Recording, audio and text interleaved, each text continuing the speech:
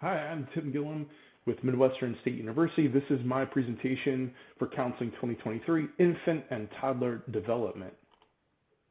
First, I'll start with physical development. The first physical development is the quickest in the first 2 years. Boys tend to be larger in size, longer in length, heavier in weight than girls, while girls typically have more body fat and boys have more muscle mass.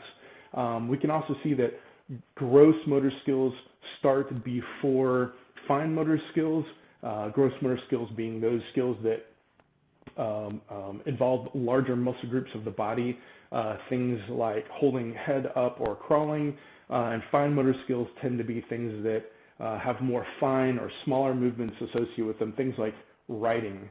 Socioeconomic effects can have an impact on physical and cognitive development. We can see from this information on this chart provided by UNICEF that as the poverty rate increases in countries around the world, so does stunting or those deficiencies in physical and cognitive development. Jean Piaget was an influential behavioralist that said, hey, children develop schemes to be able to interpret their environment and how they can impact their environment, and that these are adjusted as they learn. They're able to actually put these schemes together in an interconnected way to be able to interpret their environment in an organized fashion. Some of the cultural effects can be vocabulary. Parents can help making word sounds that their child can mimic that will lead the way to building vocabulary. We can see that stress in the home environment has a negative impact on cognitive development. And social intervention programs like Head Start programs can take high-risk children and help them have some of these positive interactions and be able to reduce some of that risk to give them a greater opportunity for cognitive development. Emotional development is also important, and we can see that even from a very young age. Infants experience or display emotion through facial expressions and obviously not through vocabulary.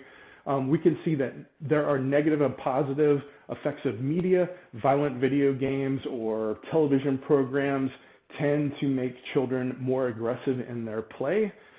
Boys tend to be socially acceptable to internalize their emotions and not display them, while girls are readily expected to wear their emotions on their sleeve more.